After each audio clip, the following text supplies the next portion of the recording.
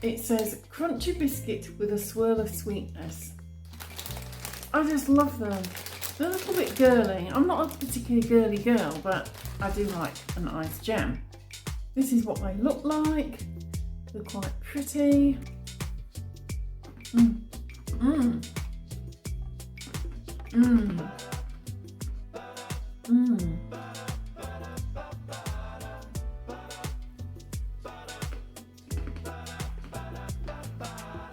The biscuits are really crispy, very fresh. I like the icing on top. Hello, Grand Day Rising everybody, and welcome back to my channel. Today I'm going to try some iced gems or midget gems. These are McVitie's. I got them from Home Bargains and a pack of 5 was 99p. They are 92 calories per 23 gram pack. Now, when I go down to Ramsgate, I occasionally go to the Home Front, which is a 1940s inspired cafe and tea shop. And they always serve a little gem with your cuppa. They're very retro. They've been around a long time. It says crunchy biscuit with a swirl of sweetness. I just love them. They're a little bit girly. I'm not a particularly girly girl, but I do like a nice gem. Let's have a quick look at the nutrition information.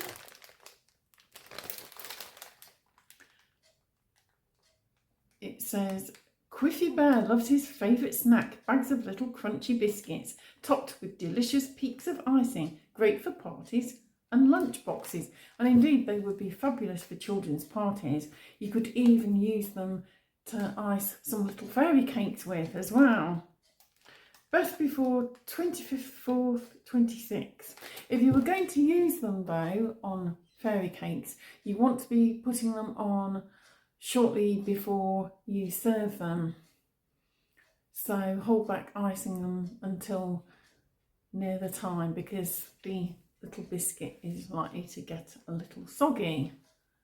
The nutrition information is per pack 92 calories, fat 0.7 grams, of which saturates are 0.3 grams, carbohydrate 19.9 gram, of which sugars are 11.8 grams, fibre 0.5 grams, protein 1.1 grams, salt 0.15 grams. So they're low salt. The carbs are not great, but they're low fat as well. The ingredients are sugar, flour, which is wheat flour, calcium, iron, niacin, thiamine, palm oil, oh, that again. Why do they put palm oil in everything? It's really unhealthy. Raising agent, which is sodium bicarbonate, salt, milk, protein, colour, anthocyanins, that doesn't sound very natural. Vegetable extracts, which is safflower and radish. Radish, that's all right. Natural flavourings, natural lemon flavouring with other natural flavourings. So not too bad. And then they have a quality guarantee here on the bottom. So your allergens are wheat and milk. So be careful if you've got a dairy or lactose intolerance. You can get tablets that you can take that help you to digest lactose that little bit better. But until I did homeopathy, I used to avoid. And I guess that McVitie's are owned by PlardisGlobal.com. McVitie's used to be based in Ashby-de-la-Zouch, but it doesn't really give you any details now, apart from a UK phone number, which is a free phone number, and the Republic of Ireland, and customer services of Plardis, who are based in the Netherlands. Store in a cool dry place. So let's give these a go. I've also got some farming news, so we'll share that as well. Here we go. Cute little bag. I can see why they're ideal for lunch boxes, although some schools are a bit guilty of overreach and will confiscate anything like this from children's lunch boxes. I personally wouldn't have anything to do with that, and I would be taking the child out of school. Here's my music mug. I've got a coffee.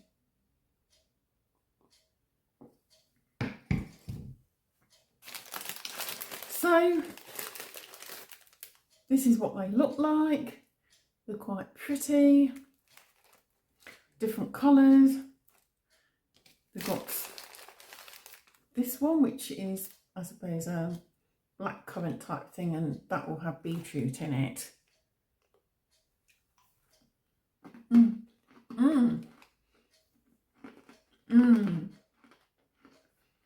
I've been eating these off and on since I was a little girl. I didn't have them for many years, and then when we moved to Ramsgate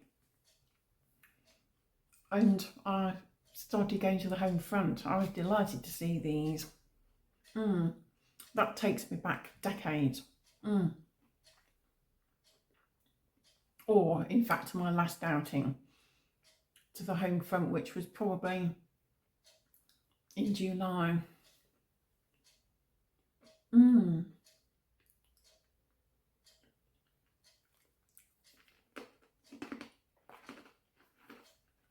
The biscuits are really crispy, very fresh.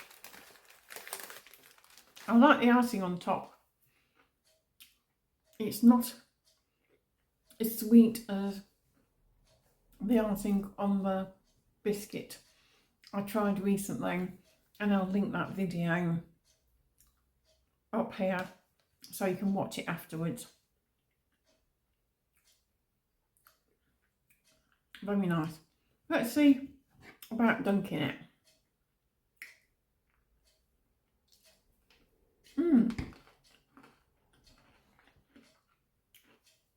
It works well as a dunking biscuit because it's quite plain.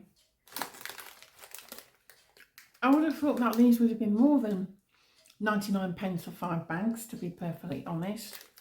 I think that's pretty good value. I'm really enjoying them. That's lost its little icing. It's nice though, because I'm going to taste the biscuit. It's not very sweet. If you think of something like a rich tea or a nice biscuit, or neat, however you like to say it, I would put it up there. I'm going to give those an 8 out of 10. Really enjoyable, and it's just a lovely feeling as well of yesteryear. I do like these. I'll probably eat most of the bag. Anyway, let's talk about some news. I've been busy videoing, actually, quite a lot of new content this last week. Although, as I said recently, I'm reducing my schedule of actual videos just until I can catch up with other things that I need to be doing.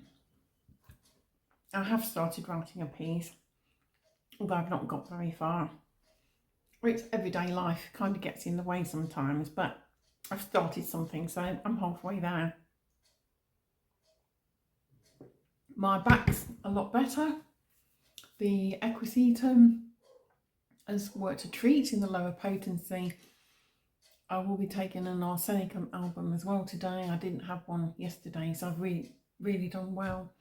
Today and yesterday were probably the best days I've had for several weeks. I'm really pleased. I've been out of the garden a bit today as well. So we're going to do news from Riverford. Guy's news, growing rains and patient harvests. The driest summer since 1976 has been followed by the wettest September we've ever recorded.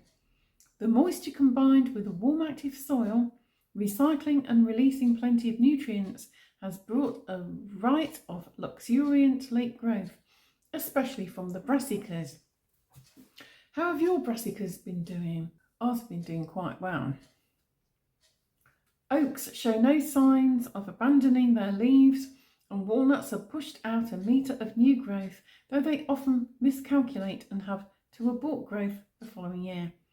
The strategy seems to be take a punt and use the rain to make up for the growth foregone in a drought. After a good breeding year, when numbers over the farm have visibly grown, the swifts have moved to the coast where they're flocking up ready for departure, soon to be followed by the swallows and house martins as they bug off to warmer climes in search of more bugs. Riverford is based in Devon. Here on the farm, the return of the sunshine has helped cure the skins of our squash and seal the scar where we cut them from the vine. They'll be in the barn by the end of September, a month ahead of last year.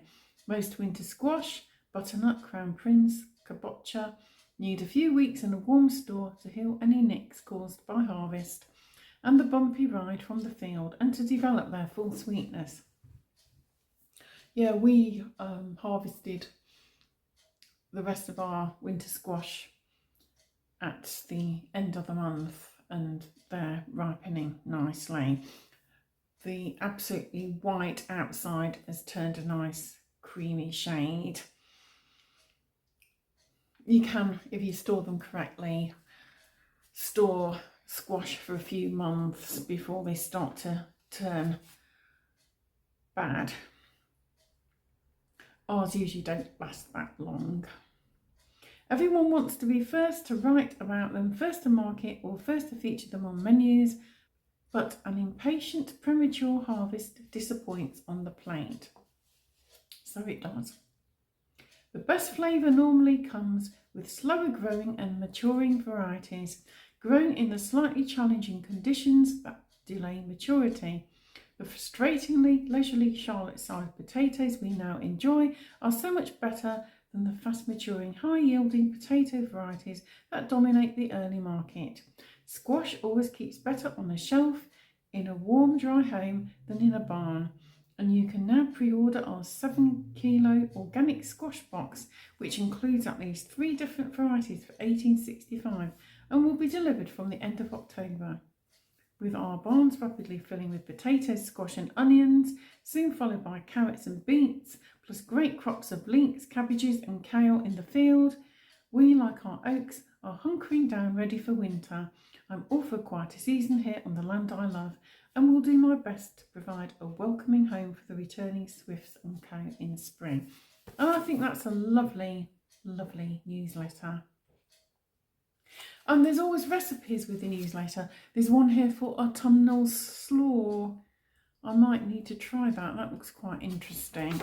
And it tells you what's in your veg box when you get one and how to cook it and how to store it and any other tips. So then, have you been growing squash this year? Or anything else such as pumpkins? We did pumpkins one year and we did well with them.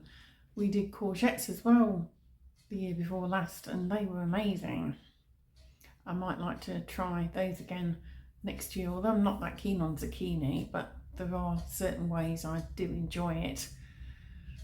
And it's good for chutney and all manner of different things. You can even eat it raw in ribbons in salad. Now that I do like. And I would like to maybe have a go at doing pumpkins again next year. But we've got quite a lot of things overwintering out in the garden, including brassicas. And soon the broccoli will be going in as well. Everything will be overwintering and covered with fleece. And now I must go. Dan and I are going out this afternoon. One of our friends and neighbours is coming along with us. We're going to a beer festival. And I'm going to have some more of these lovely midget gems. So I hope you enjoyed this video. If you did, please do give me a like. It's really important now with the algorithm, because if you don't like the video when you do like it, then other people might not see it. Please do comment. Please share and subscribe if you would like to and enjoy what I do. Ring the notification bell as usual. Ding, ding, ding, ding, ding, ding. And I will see you again soon for the next one. Until then, bye for now.